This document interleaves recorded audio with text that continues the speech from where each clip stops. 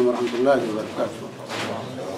بسم اللہ الرحمن الرحیم، الحمد للہ رب العالمین، الصلاة والسلام علی خاتم الانبیاء والمرسلین وعلی آلہ وصحبہ اجمعین،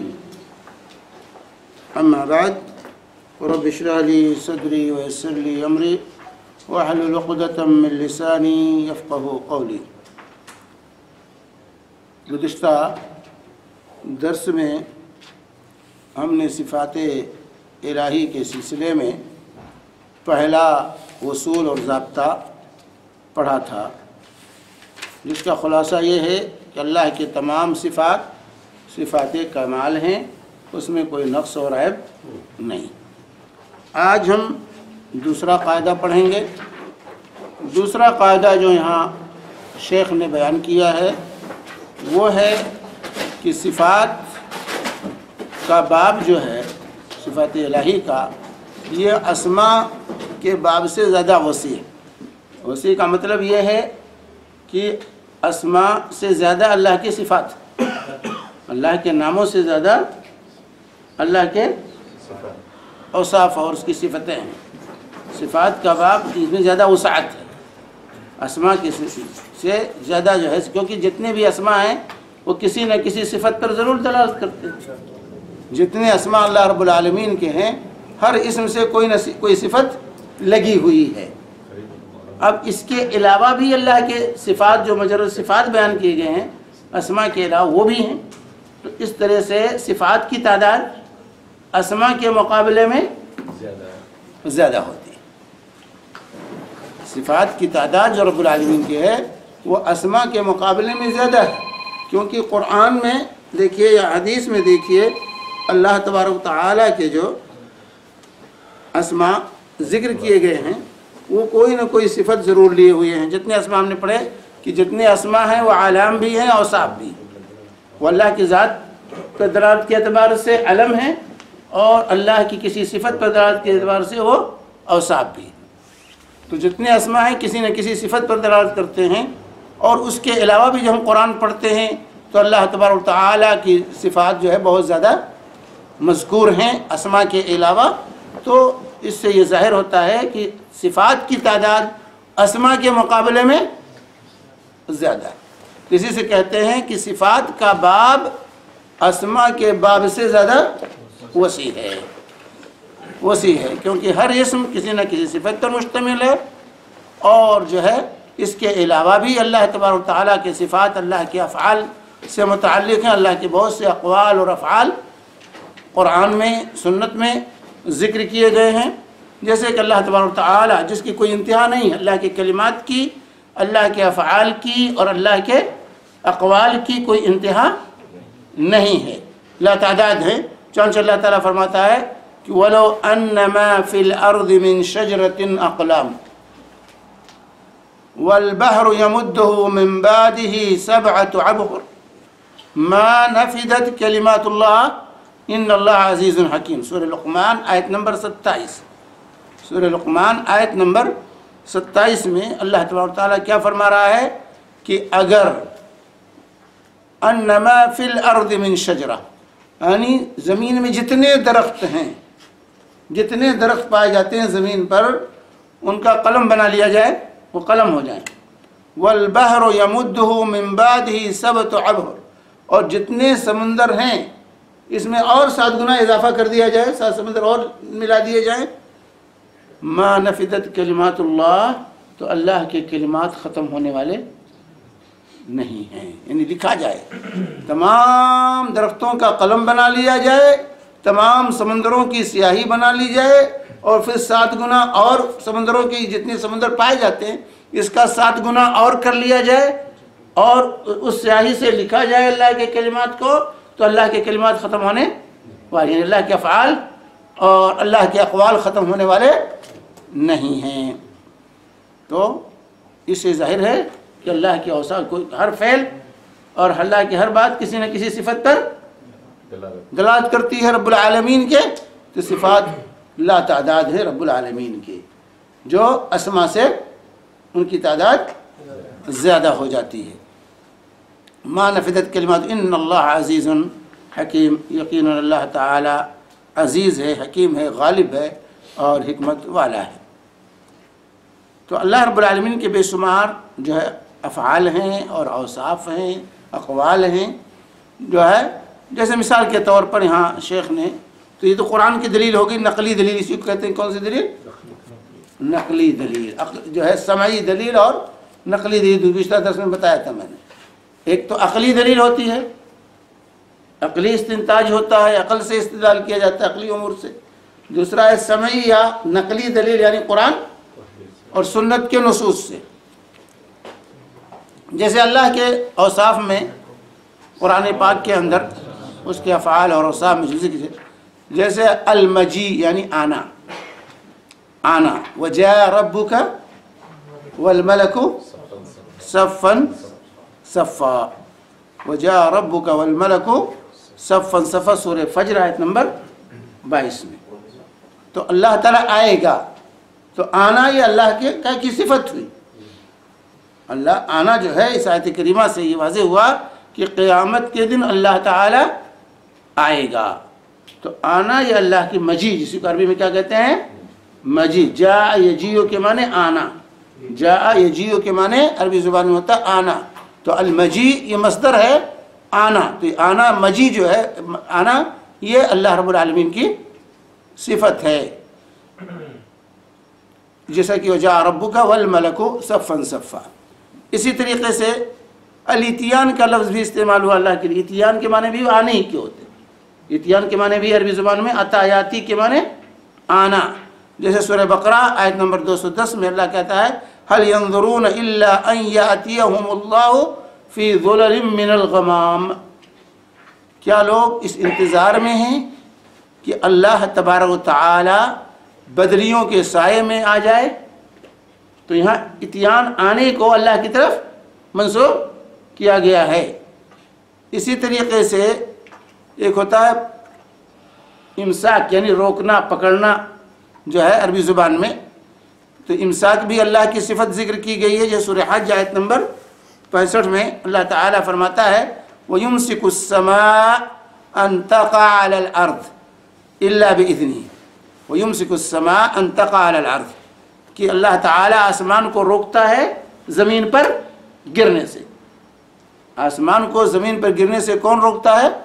اللہ تبارک و تعالیٰ۔ تو روکنا، امساک اس کو عربی زبان میں کہا جاتا ہے، امساک کے معنی روکنا۔ تو یہ روکنا اللہ کی صفت ہوئی کہ اللہ تعالیٰ آسمان کو زمین پر گرنے سے روکتا ہے، الا باذنہ، الا کہ اللہ کا حکم آ جائے، اجازت دے دے۔ تو سب چیزیں اللہ کے اذن کے اور حکم کے تابع۔ اسی طریقے سے بطش ایک ہے، بطش کے معنی ہوتے ہیں پکڑنے کی، پکڑ جو ہے، جیسے اللہ تعالیٰ سورہ بروج میں کہا ان بطش ربک لشدید، ان سورہ بروج آیت نمبر 12، ان بطش ربک لشدید، تمہارے رب کی پکڑ بڑی سخت ہے، شدید ہے، شدید ہے۔ اسی طریقے سے سورہ بقرہ آیت نمبر 185 میں اللہ فرماتا ہے یرید اللہ بکم اليسر ولا یرید بکم العسر، اللہ تعالیٰ تمہارے ساتھ آسانی کا ارادہ کرتا ہے، سختی کا ارادہ نہیں کرتا۔ تو ارادہ کرنا، چاہنا جو ہے یہ کیا ہے؟ اللہ کی صفت ہوئی۔ آیت کریمہ کے ذریعے ارادہ یہ اللہ کی صفت ہوئی۔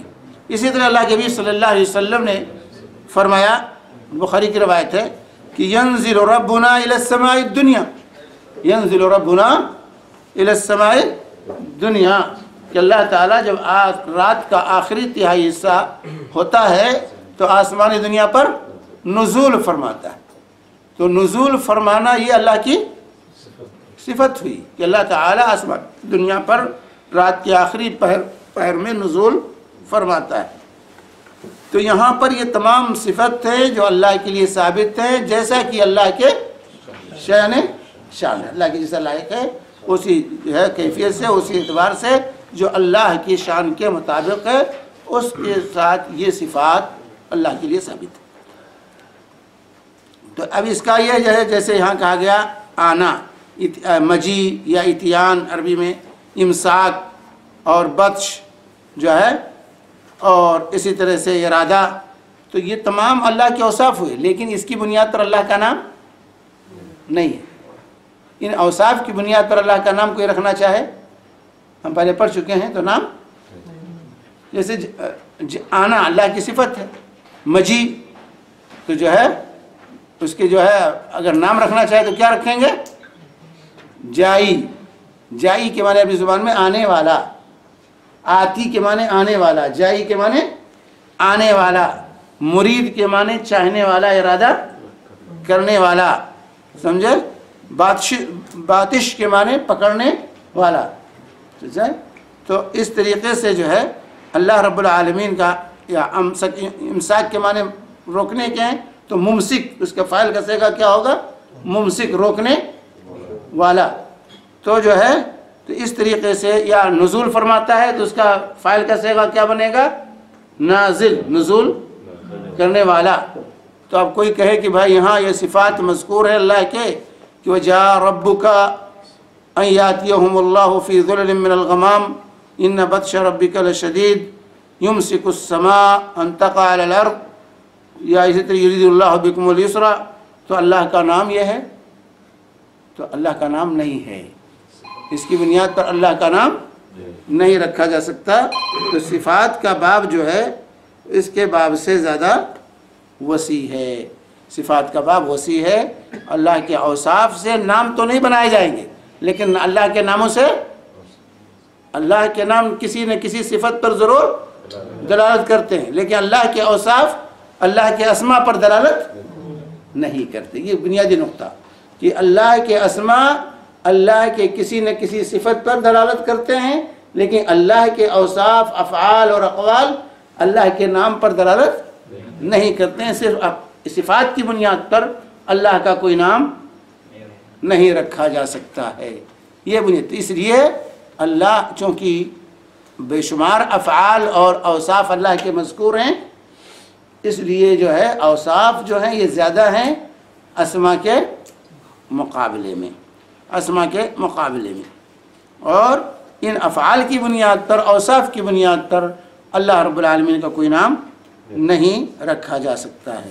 تو یہ بنیادی جو ہے وہ ہے اللہ تبارک و تعالیٰ۔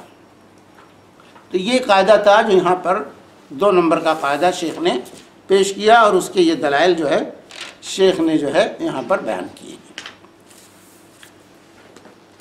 اسی طرح تیسرا قاعدہ، یہ قاعدہ تو سمجھ میں آ گیا نا، یہ جو دوسرا قاعدہ شیخ نے بتایا اور اسماء اور صفات کا کہ یہ ہے کہ صفات کا باب اسماء کے باب سے زیادہ وسیع ہے، صفات کی تعداد اسماء کی تعداد کے مقابلے میں زیادہ ہے۔ اور دوسرا نقطہ یہ معلوم ہوا کہ اسماء سے تو اللہ کی صفات پر استدلال کریں گے، لیکن اللہ کی صفات سے اللہ کے اسماء پر استدلال نہیں کریں گے۔ اللہ کی یہ صفت ہے تو اللہ کا نام بھی ہے، اسماء صفات کی بنیاد پر اللہ کا نام ہم نہیں رکھ سکتے، لیکن اسماء سے جو ہے اللہ کی صفات پر استدلال لازم ہے، کیونکہ کوئی ہر اسم اللہ کا کسی نہ کسی صفت پر ضرور دلالت کرتا ہے۔ تیسرا جو ہے قاعدہ جو یہاں شیخ نے ذکر کیا ہے اللہ رب العالمین کے اوصاف کے، وہ یہ ہے کہ اللہ کی صفات کی 2 قسمیں، 2 قسموں میں علماء نے اللہ کے اوصاف کو تقسیم کیا۔ اللہ کے جو اوصاف ہیں ان 2 حیثیتوں سے، ایک تو کہتے ہیں ثبوتی صفات اور دوسرے ہے سلبی صفات۔ ایک تو ثبوتی یعنی جس میں کسی صفت کو ثابت کیا گیا ہے، اور سلبی صفات کا مطلب جس میں کسی صفت کی نفی کی گئی ہے، جس میں کسی صفت کی نفی کی گئی ہے۔ تو اللہ کے اسماء صفات جو ہے 2 حصوں میں منقسم ہے، ایک تو ثبوتی اور دوسرے سلبی۔ ثبوتی یعنی جس میں کسی نہ کسی صفت کو اللہ کے لیے ثابت مانا گیا ہے، اور سلبی صفات وہ صفات جس میں اس صفت کی نفی کی گئی ہے، انکار کیا گیا۔ تو اللہ رب العالمین کے اوصاف ثبوتی بھی ہیں اور سلبی بھی ہیں، کچھ اوصاف ہیں ثبوتی اور کچھ سلبی۔ ثبوتی زیادہ ذکر کیے گئے ہیں قرآن و حدیث میں، اور سلبی کی تعداد کم. سلبی جو ہے کم مذکور ہیں، لیکن ثبوتی زیادہ تر اوصاف اللہ کے کیا ہیں؟ ثبوتی ہیں. اور سلبی کی تعداد ثبوتی کے مقابلے میں کم ہے. یعنی جن صفات کی اللہ سے نفی کی گئی ہے وہ صفات کی تعداد کم ہے، اور جن صفات کا اللہ کے لیے ذکر کیا گیا ہے ان کی تعداد زیادہ ہے. قرآن و حدیث میں اکثر اللہ کے وہ اوصاف ذکر کیے گئے ہیں جو ثبوتی ہیں، جو ثابت ہے اللہ کے لیے، اور جو اللہ کے لیے ثابت نہیں ہے ان کی نفی کی گئی ہے، لیکن ان کی تعداد اس کے مقابلے میں کم ہے.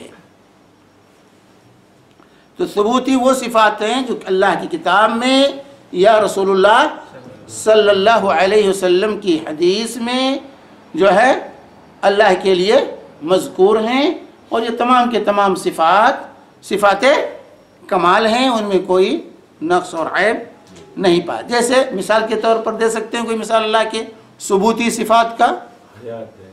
حیات اللہ زندگی، حیات سے اللہ تعالیٰ حی ہے، حیات سے متصف ہے، حیات ثابت ہے اللہ کے لیے. اسی طرح علم ہے، یہ اللہ کے لیے ثابت ثبوتی صفت ہے، علم ثابت ہے اللہ رب العالمین کے لیے. قدرت ہے، سمع ہے، بصر ہے، جو ہے استواء علی العرش ہے، وجہ ہے، یدین ہے، چہرہ ہے، 2 ہاتھ ہیں. تو یہ جو ہے اللہ رب العالمین کے لیے قرآن اور حدیث میں مذکور ہیں. ان صفات کو کیا کہیں گے؟ ثبوتی صفات. حیات، علم، قدرت، استواء علی العرش، عرش کے اوپر ہونا، اور آسمان دنیا پر نزول فرمانا، وجہ اور چہرہ، اور اسی طرح یدین 2 ہاتھ اللہ رب العالمین کے. تو اس طرح کے صفات جو ہیں ان کو کیا کہتے ہیں؟ ثبوتی صفات. یہ اللہ کے لیے ثابت ہیں جیسا کہ اللہ کی شان ہے. اس کی کیفیت جو ہم پہلے پڑھ چکے ہیں کہ اس کی کیفیت ہم متعین نہیں کر سکتے، اس کیفیت کا ہمیں علم نہیں ہے. تو نہ تو اس کا انکار کریں گے، نہ اس کو مخلوق سے تشبیہ دیں گے، اور نہ ہی اس کی کوئی تعویل کریں گے.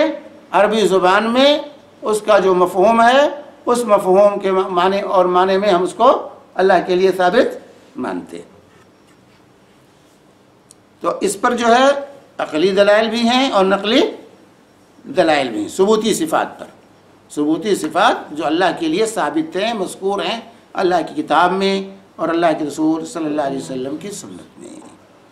تو اللہ تعالیٰ کا ارشاد ہے یا ایھا الذین آمنوا باللہ ورسولہ والکتاب الذی نزل علی رسولہ والکتاب الذی انزل من قبل ومن یکفر باللہ وملائکتہ وکتبہ ورسلہ والیوم الآخر فقد ضل ضلالا بعیدا. سورہ نساء آیت نمبر 136. اس کو نقلی دلیل کے طور پر شیخ نے یہاں ذکر کیا ہے اس آیت کریمہ کو، کیونکہ اس میں اللہ تعالیٰ فرماتا ہے یا الذین آمنوا، اے مومنو، آمنوا باللہ ورسولہ، ایمان لاؤ اللہ پر اور اس کے رسول پر اور کتابوں پر جو اللہ تعالیٰ نے اپنے اس کتاب پر جو اللہ نے اپنے نبی پر رسول پر نازل کیا، والکتاب الذی انزل من قبل، اس سے پہلے جو کتابیں اللہ نے نازل کی ہیں، ومن یکفر باللہ وملائکتہ وکتبہ، اور جو اللہ کے ساتھ، اللہ کے فرشتوں کے ساتھ، اللہ کی کتابوں کے ساتھ، ورسلہ، اور اس کے رسولوں کے ساتھ، والیوم الآخر، اور آخرت کے دن کا انکار کرے گا، فقد ضل ضلالا بعیدا، تو وہ دور کی گمراہی میں جا پڑا. تو یہاں پر ایمان باللہ کا اللہ تعالیٰ نے حکم دیا کہ آمنوا باللہ، اللہ پر ایمان لاؤ.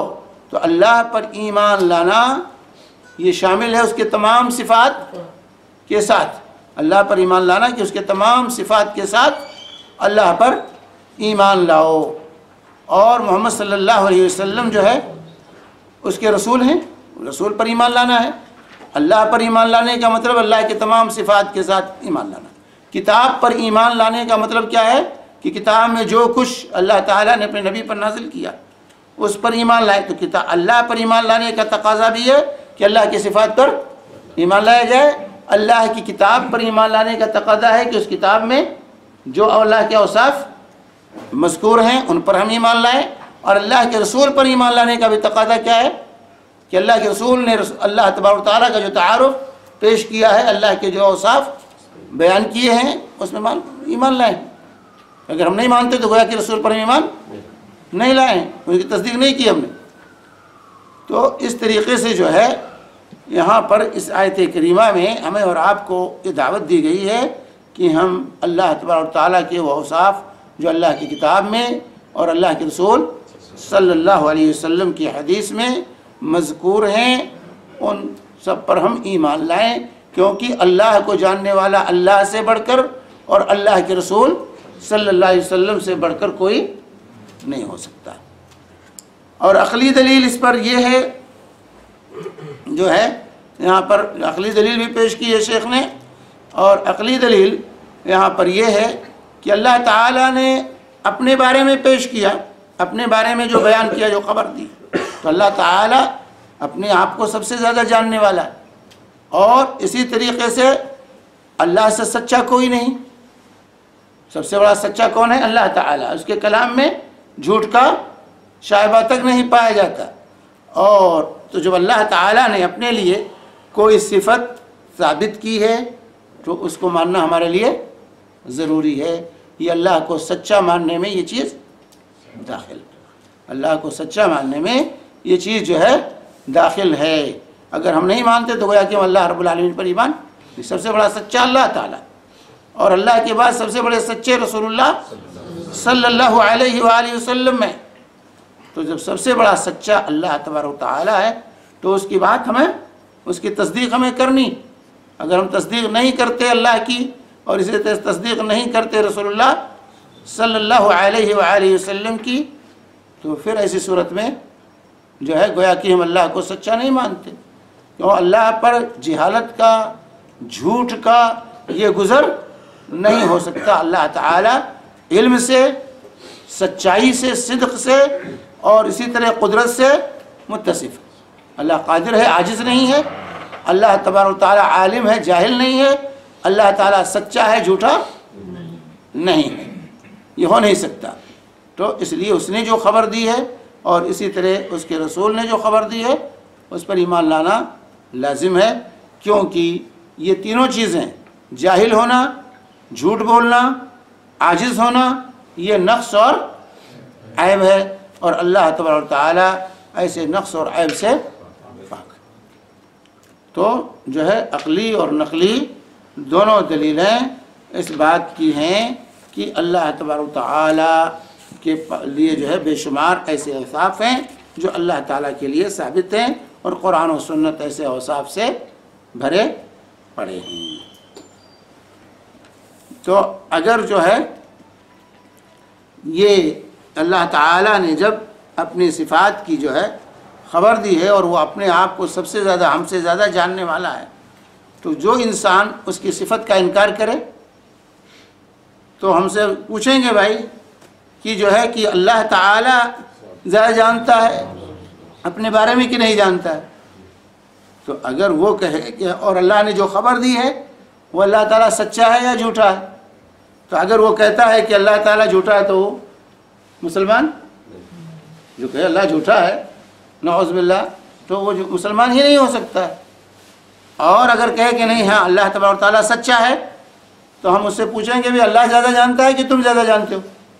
اللہ کے بارے میں اللہ سچا ہے، آپ یہ تسلیم کرتے ہیں. کوئی بھی مومن یہ نہیں کہہ سکتا کہ اللہ جھوٹا ہے، نعوذ باللہ سبحانہ. کوئی بھی مومن، کوئی بھی مسلمان یہ نہیں کہہ سکتا کہ اللہ تعالیٰ جھوٹا ہے. سب یہ مانتے ہیں کہ اللہ تعالیٰ سچا ہے. تو جب اللہ تعالیٰ سچا ہے، جھوٹ نہیں بول سکتا، تو اللہ تعالیٰ زیادہ جانتا ہے یا ہم اور آپ زیادہ جانتے ہیں؟ اگر کوئی کہے یہ کہ جو ہے ہم زیادہ جانتے ہیں اللہ سے، تو کافر ہو جائے گا. وہ یہ بھی کفر ہے. کوئی یہ کہے کہ میں اللہ سے زیادہ جانتا ہوں تو انسان دار اسلام سے خارج ہے، وہ بھی کافر ہو جائے گا. اور جب یہ متعین ہے کہ اللہ زیادہ جانتا ہے، تو پھر ایسی صورت جو اللہ زیادہ جانتا ہے تو واجب ہے ہم پر کہ اللہ نے جو کچھ بیان کیا اس پر ہم ایمان لائیں. اللہ نے جو کچھ بیان کیا ہے اس پر ہم ایمان لائیں، کیونکہ اللہ تعالی ہم سے زیادہ اپنے بارے میں جانتا ہے، اور اللہ تعالی ہم سے زیادہ اور سب سے زیادہ سچا ہے. اس کے یہاں جھوٹ کا گزر نہیں ہو سکتا ہے. تو ایسی صورت میں جب اللہ تعالیٰ خبر دے رہا ہے، یا اسی لیے رسول اللہ صلی اللہ علیہ وسلم کے بارے میں بھی یہی بات کہی جا سکتی ہے کہ اللہ کے رسول صلی اللہ علیہ وسلم زیادہ جانتے ہیں کہ ہم زیادہ جانتے ہیں؟ سر ہر مسلمان کہے گا اللہ کے رسول زیادہ جانتے ہیں۔ اللہ کے رسول صلی اللہ علیہ وسلم جھوٹے ہیں یا سچے ہیں؟ ہر مسلمان کہے گا اللہ کے رسول صلی اللہ علیہ وسلم سچے ہیں۔ تو جب اللہ کے رسول صلی اللہ علیہ وسلم سچے ہیں، اللہ کے رسول صلی اللہ علیہ وسلم سب سے زیادہ ہم سے زیادہ جاننے والے ہیں، تو اللہ کے رسول صلی اللہ علیہ وسلم نے جب اللہ کی کوئی صفت بیان کی ہے تو اس پر ہمیں ایمان لانا واجب ہے۔ نہ تو ہم نبی کو جھوٹا کہہ سکتے ہیں اور نہ ہی نبی کو جاہل کہہ سکتے ہیں، نعوذ باللہ، یہ دونوں کفر ہے کہنا۔ تو اس کا لازمی نتیجہ ہے کہ اللہ کے رسول صلی اللہ علیہ وسلم نے جو کچھ بیان کیا ہے اس پر ہمارا ایمان ہونا چاہیے۔ جو کچھ اللہ کے رسول صلی اللہ علیہ وسلم نے بیان کیا ہے اس پر ہمارا ایمان لانا ضروری ہے۔ تو اس طرح سے جو ہے اللہ کے رسول صلی اللہ علیہ وسلم نے، جیسے مثال کے طور پر اللہ تعالیٰ نے قرآن میں کیا فرمایا؟ الرحمن علی العرش استوى، الرحمن علی العرش استوى۔ اور یہ مضمون قرآن میں کتنی جگہ بیان کیا گیا ہے؟ 7 جگہ پر اللہ تعالیٰ نے یہ بات بیان کی کہ رحمان عرش کے اوپر ہے، رحمان عرش کے اوپر ہے۔ اور ہر جگہ اللہ تعالیٰ نے استوا ہی استعمال کیا کہ اللہ استوا علی العرش، عرش کے اوپر اللہ تعالیٰ مستوی ہے، عرش کے اوپر ہے رب العالمین۔ تو جو ہے اللہ تعالیٰ نے جب بیان کیا ہے تو اس پر ایمان لانا ہمارے لیے کیا ہے؟ کیونکہ اللہ تعالیٰ خوب جانتا ہے، اللہ نے خود اپنے بارے میں کہا کہ عرش کے اوپر ہے، تو ہمیں اس میں کلام نہیں ہونا چاہیے، اللہ بہتر جانتا ہے۔ اور قرآن میں یہ 7 مقام پر یہ بیان کیا ہے۔ اب کوئی آئے کہ نہیں استوا کا مطلب یہ نہیں ہے، عرش کے اوپر ہونا مطلب نہیں ہے، بلکہ مطلب یہ ہے کہ اللہ تعالی عرش کا مالک ہے، عرش کا مالک ہے۔ 7 جگہ پر استوا استوا استوا استوا اللہ نے استعمال کیا، کہیں ایک جگہ تو مالک ہونا استعمال کرنا چاہیے تھا۔ استوالا، مالک ہونے کی عربی کیا آئے گی یہاں پر؟ استوالا، استوالا کے معنی ہوتے ہیں مالک ہونا، قابض ہونا، سمجھ بات ہے کہ نہیں؟ تو جو تعویل کی جاتی ہے اشاعرہ اور ماتریدیہ، یہ فرقے جو تعویل کرتے ہیں استوا علی العرش کے کا، تو کیا کہتے ہیں؟ استوا کے معنی استوالا، الرحمن استوالا علی العرش، رحمان عرش کا مالک ہوا، رحمان عرش کا مالک ہوا۔ عقیدہ کیا بحث کرتے ہیں؟ جہمی عقیدہ کیا ہے کہ اللہ تعالیٰ ہر جگہ، اللہ تعالیٰ ہر جگہ ہے۔ تو اب اللہ نے کہا رحمان علی العرش استوى، رحمان عرش کے اوپر ہے، تو اب کیا کریں؟ اس کا کیا جواب ہے؟ تو کہتے ہیں اس کی تعویل ہم کریں گے۔ اس کا مطلب استوا کا مطلب کیا ہے؟ استولا، جو ہے عرش کا مالک ہوا۔ اب سوال یہ اس سے پہلے کون مالک تھا؟ بھئی اللہ سے پہلے کوئی مالک ہو تب تو استولا اس وقت کہیں گے کہ جب پہلے کوئی دوسرا مالک رہا ہو اور بعد میں کوئی مالک ہو تو کہیں استولا جو ہے کہ وہ اس کا مالک ہوا، پہلے دوسرا کوئی مالک تھا اس کے بعد اللہ نعوذ باللہ ثم نعوذ باللہ۔ تو جو ہے یہ اصل چیز ہے۔ اللہ کہیں بھی تو اللہ تبارک و تعالیٰ، کیا عربی زبان اللہ نہیں جانتا تھا؟ کوئی زبان کی وہ تھی؟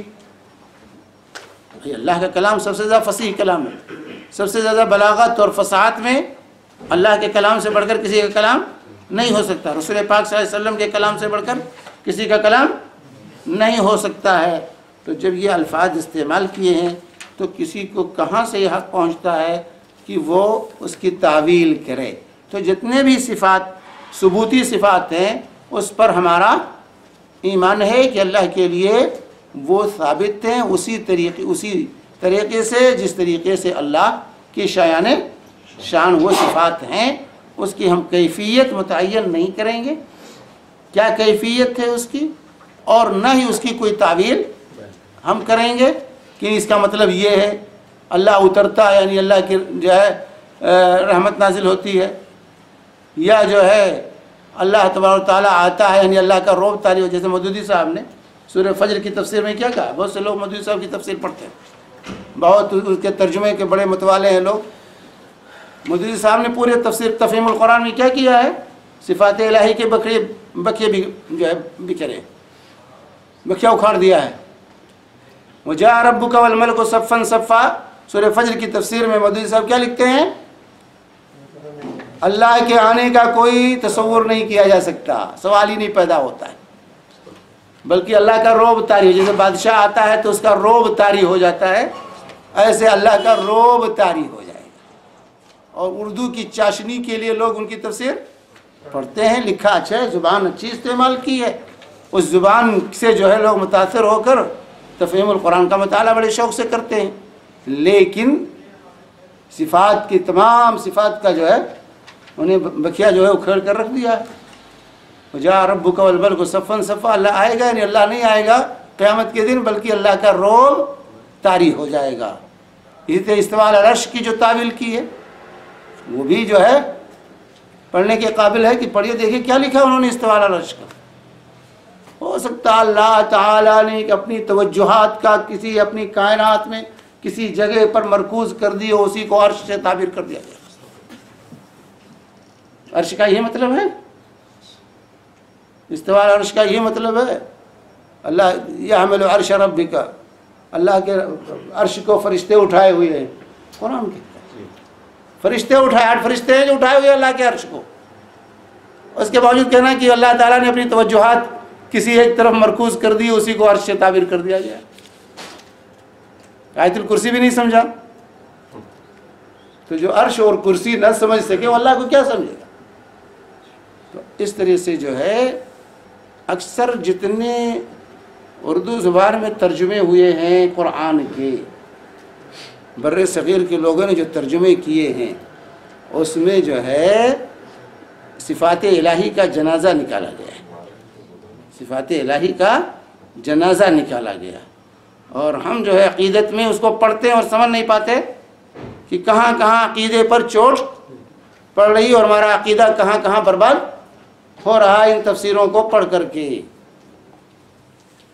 تو بہرحال جتنے صفات ہیں ان کو ہم تسلیم کرتے ہیں جو اللہ کے لیے ذکر کیے گئے ہیں کتاب اور سنت میں۔ اللہ پر ایمان لانے کا، رسول اللہ صلی اللہ علیہ وسلم پر ایمان لانے کا یہ جو ہے تقاضا ہے کہ ہم اللہ کو سب سے زیادہ سچا مانیں، رسول اللہ صلی اللہ علیہ وسلم کی ہر بات کو تصدیق کریں، اللہ اور رسول کی کسی بات کا انکار ہم نہیں کر سکتے ہیں، اور جو ہے لہذا اللہ کے تمام صفات جو قرآن و حدیث میں ذکر کیے گئے ہیں اس پر ایمان لانا لازم ہے، جو ثابت کیے گئے ہیں وہ ثابت ہے اللہ تعالیٰ کے لیے، جیسے کہ اللہ کے اس کی کوئی کیفیت ہم متعین نہیں کریں گے، مخلوق سے اس کو تشبیہ نہیں دیں گے، اس کا کوئی عربی زبان کے علاوہ کوئی دوسرا معنی نہیں بتلائیں گے، نہیں مانیں گے، بلکہ اسی معنی میں ثابت ہے اللہ کے لیے جس معنی میں وہ کلمہ عربی زبان میں استعمال ہوتا ہے، کیونکہ اللہ تعالیٰ نے لوگوں کو سمجھانے کے لیے عربی زبان میں قرآن نازل کیا، چیزیں بجھانے کے لیے قرآن نازل نہیں کیا کہ اللہ پہلی بجھا رہا تھا،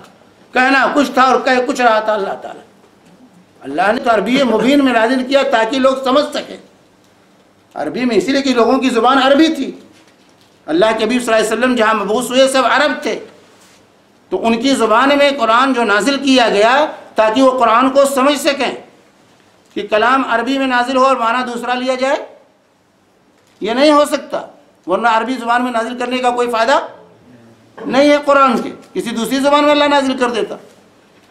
تو چونکہ مخاطب عرب تھے ان کی زبان میں قرآن نازل ہوا ہے، اس لیے ان کی زبان میں جس لفظ کا جو معنی ہے اس معنی میں اس کو سمجھا جائے گا اور لیا جائے گا، اور یہی صحابہ کا، تابعین کا، تبع تابعین کا، ائمہ کا یہی عقیدہ رہا ہے، یہی عقیدہ رہا ہے۔ تو تمام صفات اللہ کے لیے ثابت ہیں، ان میں کسی طرح کی ہم تعویل نہیں کریں گے، مخلوق سے تشبیہ نہیں دیں گے، جیسا کہ اللہ کی شان نشان ہے، کیونکہ یہی سے بات ہے کہ بھائی اللہ دیکھیں جو ہماری صفات سے جو لازم آتا ہے، جسے ہم دیکھتے ہیں، ہم سنتے ہیں، ہمارے ہاتھ ہے، ہمارے جو ہے آنکھ ہے، ہمارا دیکھنا، ہمارا سننا ہے، اس کے جو لوازم ہے، اس کا جو تقاضا ہے وہ اللہ کے صفات کا تقاضا وہ نہیں، اللہ کے لیے وہ لازم نہیں آتا، کیونکہ اللہ قادر مطلق ہے، ہم عاجز ہیں، اللہ تعالیٰ قادر مطلق ہے، ہم عاجز ہیں، اس لیے ہمارے لیے کوئی صفت اگر ہے تو اس کے ہم اس کے تقاضے ہیں وہ ہمارے لیے ہیں، اور اللہ رب العالمین ان تقاضوں سے پاک۔ جیسے مثال کے طور پر اللہ کے رسول صلی اللہ علیہ وسلم نے فرمایا کہ اللہ تبارک و تعالیٰ آسمانی دنیا پر نزول فرماتا ہے، اللہ تعالیٰ آسمانی دنیا پر نزول فرماتا ہے۔ ہم اترتے ہیں کہیں سے، ہمارا نزول کرنا اترنا تو اس کا لازم ایک جگہ چھوڑ کر دوسری جگہ ہم جائیں؟ ہمارے اترنے سے کیا لازم آتا ہے کہ جہاں پہلے تھے وہاں چھوڑ کر دوسری جگہ پہنچیں گے تب اس کا لازم آئے گا کہ ایک ہی وقت دو جگہ ہم نہیں رہ سکتے۔ اتر کر کے آئیں گے تو مطلب ہوا وہاں چھوڑے دوسری جگہ آئے، وہ جگہ خالی ہوئی اور دوسری جگہ پر ہوئی۔ اللہ کے لیے جو ہے لازم نہیں، اللہ کے آسمانی دنیا پر نزول فرمانے سے یہ لازم نہیں آتا کہ عرش خالی ہو جاتا ہے، عرش کا خالی ہونا لازم نہیں آتا ہے۔ استواء علی العرش کے یہ منافع نہیں ہے، کیونکہ اللہ کی صفات اللہ کے اعتبار سے، ہمارے اعتبار سے نہیں ہے۔ تو یہ واضح ہونا، یہیں آ کر لوگ دھوکہ دیتے ہیں اور تعویل کرنا شروع کرتے ہیں۔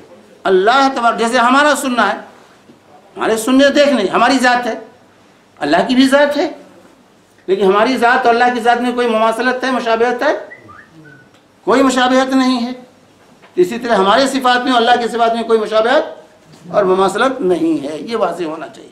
تو اہل سنت کا جو عقیدہ ہے، سلف صالحین کا، صحابہ، تابعین، تبع تابعین، ائمہ اربعہ اور دیگر حضرات کا، وہ یہی ہے کہ اللہ کے لیے جو صفات ثبوتی ہیں وہ سب اللہ کے لیے ثابت ہیں، جیسا کہ اللہ کی شان ہے، جو صفات بھی ذکر کیے گئے ہیں۔ دوسری قسم ہے سلبی صفات۔ دوسری قسم جو ہے کون سی صفات ہے؟ سلبی صفات، جن کو کہا گیا ہے کہ جو ہے اللہ رب العالمین کے لیے جن صفات کی نفی کی گئی، جیسے موت ہے۔ موت اللہ پر طاری ہو سکتی ہے؟ نیند ہے، نوم، نیند لا تاخذہ سنۃ ولا نوم۔ جہالت ہے، اسی طرح نسیان، بھول چوک ہے، اسی طریقے سے عاجز آ جانا، تھک جانا، یہ صفات کی قرآن و حدیث میں اللہ سے نفی کی گئی ہے کہ اللہ پر موت طاری نہیں ہو سکتی، اللہ سوتا نہیں، کیونکہ یہ تمام کی تمام یہاں صفات نقص اور عیب، جن صفات کی بھی نفی کی گئی ہے ان کے اندر نقص اور عیب پایا جاتا ہے، اس لیے اللہ تعالیٰ ان صفات سے متصف نہیں ہو سکتا ہے۔ جیسے اللہ نے فرمایا لا تاخذہ سنۃ ولا نوم، اللہ کو نہ نیند آتی ہے نہ اونگ آتی، اللہ کو نہ نیند آتی ہے نہ اونگ آتی، اس کی نفی کی گئی تو ہم پر بھی لازم ہے کہ اس کی نفی کریں، کیونکہ یہ نقص، یہ عیب ہے، اور اللہ تعالیٰ عیب سے پاک ہے۔ اللہ نہ سوتا ہے اور نہ ہی اس کو نیند آتی ہے نہ اونگ آتی ہے۔ اللہ تبارک و تعالیٰ جو ہے پرنا جو ہے اس لیے کہا وما مسنا من لغوب، وما مسنا سورہ قاف آیت نمبر 38، کہ مجھے کوئی تھکاوٹ لاحق نہیں، ہمیں کوئی تھکاوٹ لاحق، آسمان و زمین کو اللہ نے پیدا کیا لیکن اللہ پر کوئی تھکاوٹ لاحق اللہ کو نہیں ہوئی۔ تو اللہ تبارک و تعالیٰ نہ تھکتا ہے اور نہ ہی رب العالمین جو ہے پر موت، توکل علی الحی الذی لا یموت، اس زندہ اور جاوید پر توکل کرو جس پر موت طاری نہیں ہوتی ہے۔ لا یظلم ربک احدا، تمہارا رب کسی پر ظلم نہیں کرتا ہے، تو ظلم کی نفی کی گئی۔ یہ صفات سلبی انہی کو کہتے ہیں، سلبی صفات، جن صفات کی نفی کی گئی ہے۔ اللہ تعالیٰ نے ما کان اللہ لیعجزہ من شیء، اللہ کو کوئی چیز عاجز کرنے والی نہیں ہے، تو عجز جو ہے اللہ کی صفت نہیں ہو سکتی۔ تو اس طریقے سے جو ہے سلبی صفات پر ہمارا، جن صفات کی اللہ سے نفی کی گئی ہے ان صفات پر جو ہے کہ نفی پر ہمارا ایمان ہے کہ اللہ تبارک و تعالیٰ ان صفات سے پاک ہے، ان صفات سے پاک ہے۔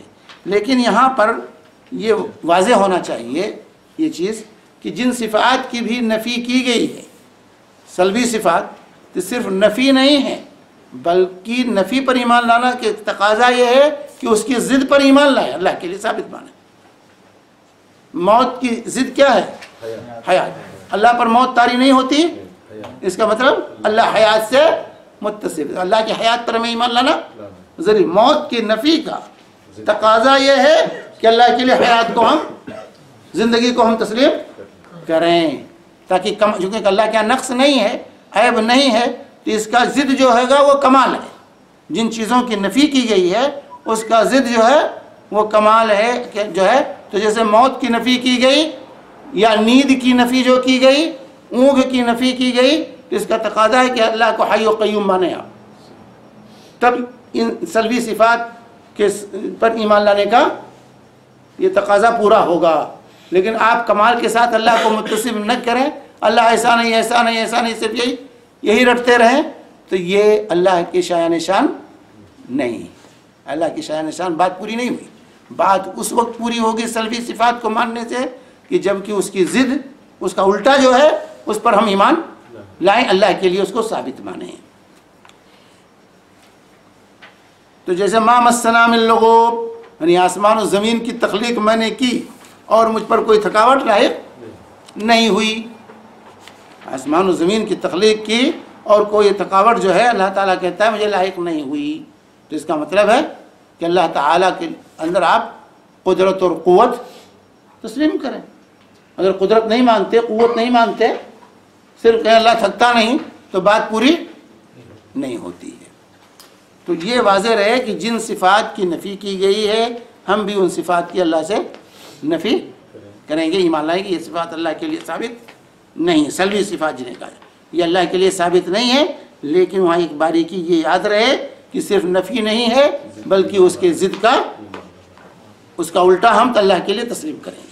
اس کا جو الٹ ہے اس کو اللہ کے لیے مانیں گے، کیونکہ اس کے الٹ میں جو ہے کیا ہے؟ کمال ہے. اس کے الٹ میں کمال ہے اور اللہ تعالیٰ صفات کمال سے متصف ہے. تو یہ ہے خلاصہ جو ہے اس قاعدے کا جو یہاں پر شیخ نے جو بیان کیا ہے کہ ایک ثبوتی صفات اور دوسرے سلبی صفات. ایک ثبوتی صفات ہیں اور دوسرے سلبی صفات ہیں. ثبوتی صفات کے بارے میں تمام وہ صفتیں جو قرآن اور حدیث میں اللہ اور اللہ کے رسول نے ذکر کی ہیں ان سب پر ہمارا ایمان ہے، جیسا کہ اللہ کے شایان شان ہے. ان میں سے نہ کسی کا انکار کریں گے اور نہ ہی کسی کے تشبیہ دیں گے اور نہ ہی اس کی کوئی دوسرے معنی پہناتے ہوئے اس کی تعویل کریں گے. لیکن اسی طرح دوسرے جو سلبی صفات ہیں ان پر بھی ہمارا ایمان ہوگا کہ وہ اللہ کے لیے ثابت نہیں ہیں، لیکن ان کو نہ ثابت مانتے ہوئے اس کے ضد کو ہم اللہ کے لیے ثابت مانیں گے، کیونکہ اللہ تعالیٰ اس کے ضد جو ہے یہ کمال ہے، اللہ تعالیٰ کمال سے متصف ہے. یہ خلاصہ ہے اس قاعدے کا جو یہاں پر جو ہے تیسرے نمبر پر جو ہے شیخ نے پیش کیا ہے. تیسرے نمبر کا یہ قاعدہ ہے.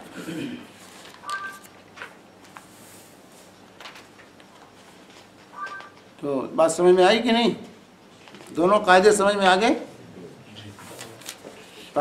دوسرا قاعدہ جو پہلا قاعدہ جو بیان کیا تھا وہ کیا تھا؟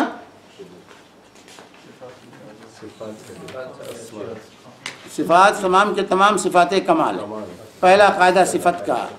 دوسرا قاعدہ یہ بتایا کہ صفات کا باب وسیع ہے اسما کے باب سے، کیونکہ اللہ کے صفات اسما کے علاوہ بھی بہت سے صفات کتاب و سنت میں مذکور ہیں. اور تیسرا قاعدہ یہ بتایا کہ اللہ کی صفات کی دو قسمیں ہیں، ایک ثبوتی صفات اور دوسرے سلبی صفات. ثبوتی صفات جو اللہ کے لیے ثابت ہیں اس پر ہمارا ایمان ہے، اور سلبی صفات جن کی نفی اللہ تعالیٰ سے کی گئی کہ اللہ تعالیٰ ایسا نہیں ایسا نہیں ایسا نہیں ہے، اس پر بھی ہمارا ایمان ہے. لیکن سلبی صفات پر ایمان لانے کا تقاضا یہ ہے کہ اس کے ضد کو اللہ کے لیے ہم ثابت مانیں. یہ ہے خلاصہ ان تینوں قاعدوں کا. ہاں کچھ اور ہے اس میں؟ کوئی چیز بات ہے جو سمجھ میں نہیں آئی؟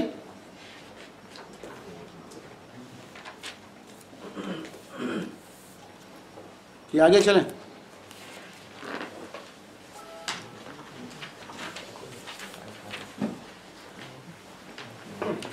ہاں